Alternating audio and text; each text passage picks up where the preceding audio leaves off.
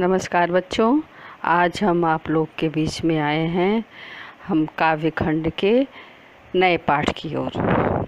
और जैसे कि इस समय आप देख रहे हैं कि हमारे भारतवर्ष में अयोध्या नगरी में चारों तरफ धूम मची हुई है, रामलला की धूम मची हुई है और कड़ी लड़ाई संघर्ष के बाद हमें सफलता मिलने जा रही है और भूमि पूजन होने जा रहा है भगवान रामलला का। उन्हीं भगवान रामलला से जुड़ी हुई हमारी कुछ बातें जो हम आपसे शेयर करना चाहते हैं। भगवान राम मर्यादा पुरुषोत्तम राम, हिंदुओं के प्रमुख देवता, जो जिनके लिए घर नहीं था, टेंट में थे, आज उनके लिए जो है हमारे प्रधानमंत्री जी ने कड़ी संघर्ष लड़ाई के बाद जो है सफलता मिलने जा रही है और उनके लिए महल बनेगा। तो ये हम सभी लोग के लिए सौभाग्य की बात है। तो सबसे पहले आज हम कहेंगे श्री रामचंद्र की जय। तो जब मर्यादा पुरुषोत्तम की बात आती है तो यहाँ पर आता है हमारा जो रामचरितमानस प्रमुख ग्रंथ है, धार्मिक ग्रंथ है। इसको लिखने वाले कौन हैं? तो रामचरितमानस को लिखने वाले हैं हमारे गोस्वामी तुलसीदास जी, जो कि अयोध्या नगरी, रामलला की नगरी में ही रहकर इन्होंने रामचरितमानस नामक सुप्रसिद्ध ग्रंथ का रचना किया था। आरंभ वहाँ पर रह कर के उन्होंने किया था।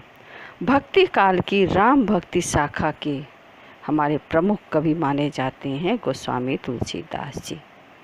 तो चलते हैं बच्चों हम अपने पाठ की ओर। अब आप लोग समझ गए होंगे कि हम क्या पढ़ाने जा रहे हैं। तो आज हमारा काव्य खंड का पाठ 2 है, राम लक्ष्मण परशुराम संवाद, जिसके रचयिता हैं गोस्वामी तुलसीदास जी। यह बालकांड से लिया गया है और बालकांड में इस पाठ में उस समय की घटना का वर्णन है जब जानकी जी का स्वयंवर रचाया जाता है। तो स्वयंवर के दौरान सभी राजा महाराजा दूर दराज से आते हैं और उस धनुष को तोड़ने का प्रयास करते हैं, लेकिन धनुष को तो श्री रामचंद्र के हाथों ही टूटना था। तो यह शुभ कार्य श्री रामचंद्र जी ने किया और उनके हाथ से यह धनुष टूटा। और धनुष के टूटते ही जो परशुराम थे, जो शिव के परम भक्त थे, जिनका वह प्रिय धनुष था, उन्होंने उनकी तपस्या भंग होती है और वे जो है क्रोध मुद्रा में भागते हुए आते हैं। और यहाँ पर इस पाठ में वही है राम लक्ष्मण परशुराम संवाद, जो बालकांड से लिया गया है। तो हम बच्चों चलते हैं आपको सबसे पहले अपने तुलसीदास जी के जीवन परिचय से जुड़ी बातें बताने। तुलसीदास जी का जन्म उत्तर प्रदेश के बांदा जिले के राजापुर नामक गांव में हुआ था। कुछ विद्वान इनका जन्म स्थान एटा जिले के सोरो नामक स्थान को मानते हैं। इनकी माता का नाम हुलसी था तथा पिता का नाम आत्माराम था। यह मूल नक्षत्र में पैदा हुए थे। पैदा होते हैं जब बच्चे तो नक्षत्र बेला देखी जाती है, तो इनकी नक्षत्र बेला थी मूल नक्षत्र।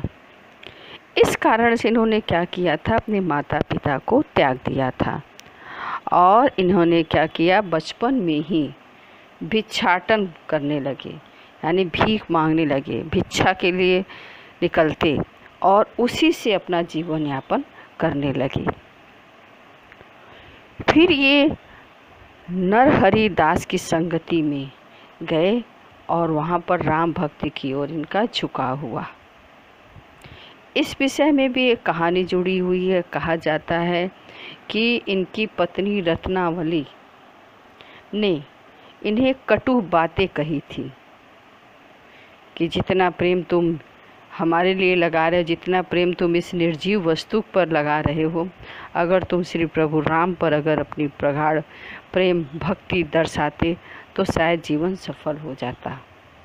तो पत्नी के ऐसे कटु वचनों को सुन करके हमारे तुलसीदास जी राम भक्ति में लीन हो गए और वे जो है राम राम राम कहने लगे और नरहरि दास की संगति में जा कर के गुरु मान लिया उनको और उनकी शरण में वह चले गए। इन्होंने सन 1574 में अयोध्या में रामचरितमानस नामक सुप्रसिद्ध ग्रंथ की रचना आरंभ की। काशी में इनका रामचरितमानस मंदिर है, जहाँ पे सारी दीवालों में पूरे रामचरितमानस के जितने कांड हैं, दोहे, चौपाई, सोठा, छंद, वो सभी वहाँ पर उल्लिखित हैं। और लोग जब दर्शन के लिए जाते हैं तो रामचरितमानस मंदिर में अवश्य जाते हैं। तो हमारे गोस्वामी तुलसीदास जी ने रह करके वहाँ पर 1574 में रामचरितमानस सुप्रसिद्ध ग्रंथ की रचना आरंभ किया था, अंत नहीं किया था, वहाँ से आरंभ किया था। और इस तरह से राम भक्ति में लीन होते हुए, जैसे कि हर जीवित प्राणी का एक दिन अंत होता ही है, तो इन हमारे महान कवि तुलसीदास जी का भी देहावसान हुआ सन 1623 में।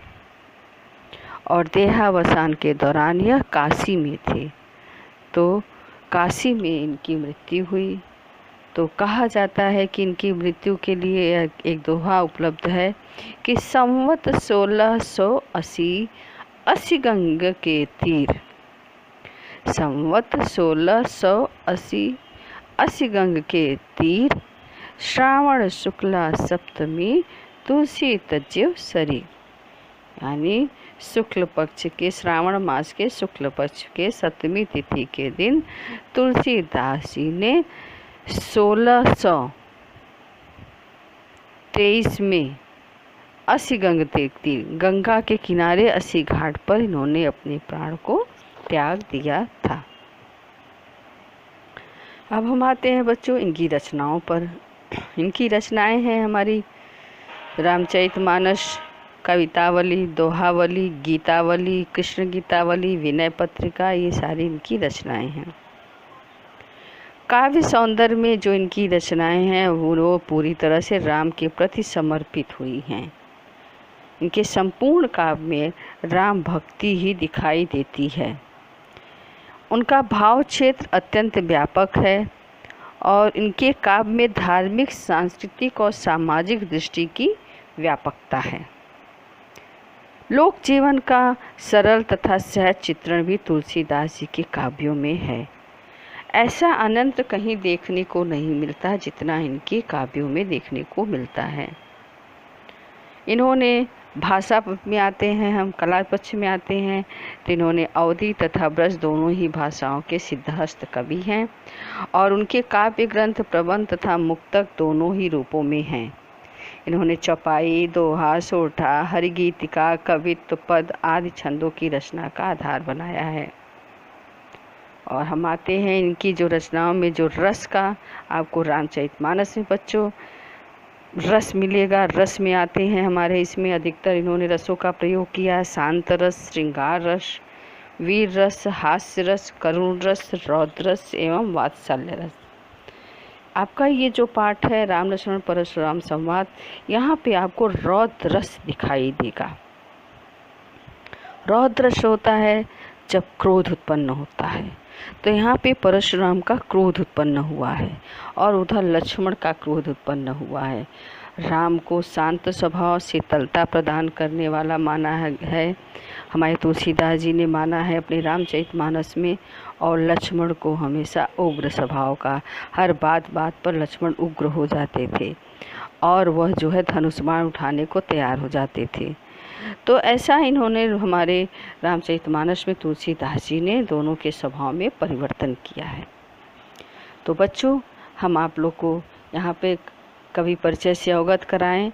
अब हम आप चाहते हैं कि आपको थोड़ा सा पाठ के सार के विषय में समझा दें कि जो हमारा पाठ का सार है, अभी हम आपके यहाँ जो चौपाई है, जो पहली चौपाई है, उसके सार को हम बताते हैं और अगली कक्षा में हम आपको आगे की ओर बढ़ेंगे। तो ये हमारा जो राम लक्ष्मण राम परशुराम संवाद नामक पाठ है, यह रामचरितमानस में संकलित है और इस अंश में सीता के स्वयंवर के अवसर पर, जैसे कि अभी हमने आपको बताया था स्टार्टिंग में, तो सीता स्वयंवर के अवसर पर धनुष भंग होने के कारण क्रोधित परशुराम और राम लक्ष्मण के बीच संवाद का वर्णन है, बातचीत का वर्णन है, संवाद का। स्वयंवर स्थल पर शिव जी का धनुष टूटने का समाचार जब परशुराम को मिलता है तो वे क्रोध से भर उठते हैं और स्वयंवर स्थान पर पहुंचकर धनुष भंग करने वाले को ललकारने लगते हैं। और परशुराम का क्रोध शांत करने के उद्देश्य से राम ने उनसे कहा था कि नाथ शंभु धनु भंजनिहारा हुई के एक दास तुम्हारा, कि हे नाथ, हे स्वामी शंभुधन, इस शिव धनुष को तोड़ने वाला आपका कोई दास ही होगा, आपका कोई सेवक ही होगा जिन्होंने इस धनुष को तोड़ा है। तो बच्चों, ये हमारे जो है पहले दोहे का, पहली चौपाई का ये हम आपको बनाने जा रहे थे।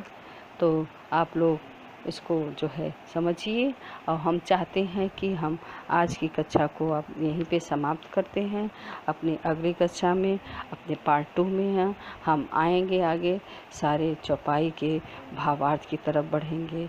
तो बच्चों, आज की क्लास को यहीं पे समाप्त करते हैं। नमस्कार।